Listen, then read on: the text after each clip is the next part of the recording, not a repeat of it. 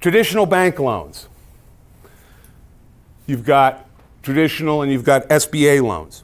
SBA loans are generally good for the buyer, not so great for the seller. Why? Because SBA, if you're taking back paper, is going to say you can't have more favorable terms than the SBA has. Secondly is they will not let you stay on for more than 1 year after acquisition. SBA has firm rules about when they buying out a business that the owner cannot stay for more than 12 months.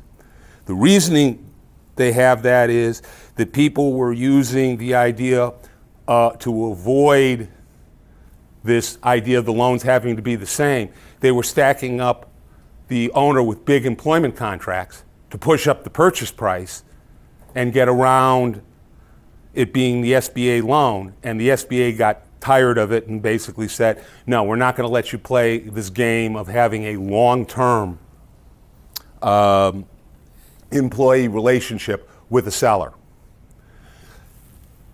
Banks, they are so form-driven because of the regulations they face with OCC and Fed Reserve, etc., that they do not get rewarded for making any kind of risky business decision, and unless it checks all the boxes, they're the ones who get in trouble. So bankers, that's why you need to have the deal nailed down before you bring the bankers in, because the bankers will screw up deals.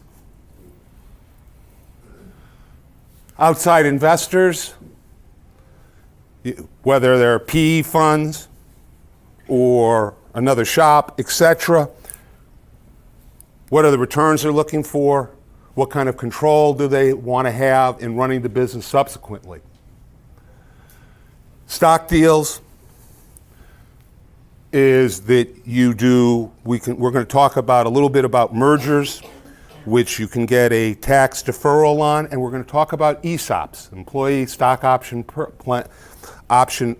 employee stock ownership plans, and where they may be of large value. I will tell you that ESOPs generally are not going to make sense that unless you're looking at gross sales probably in excess of 20 million, because an ESOP transaction will cost between $100,000 and $200,000 over what a regular transaction will cost, and there is an ongoing fees that relate to that you have to have the company appraised every year, and that can run anywhere from $10,000 to $30,000 depending on the company.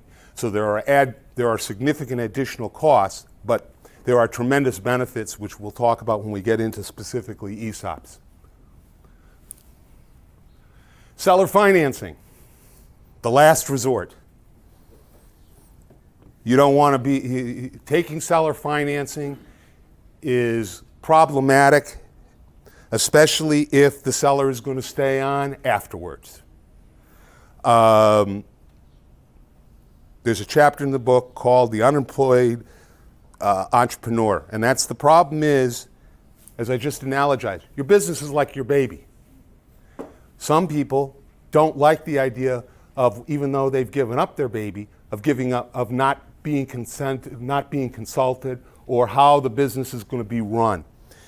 In fact, my co-author Dick, when we sold his business, took less money because he did not want to stay, because he knew as a former Navy officer, he was never going to be comfortable with the decision someone else made about his company. So part of this is also deciding if you're going to sell, can you stay? Do you want to stay? Seller financing is also the riskiest, obviously, for the seller, because he's dependent on the business. This is the ongoing success of the business. And as I said, I've had situations where son or daughter took over the business, or management team took over the business, and they couldn't run it. And it tanked the retirement.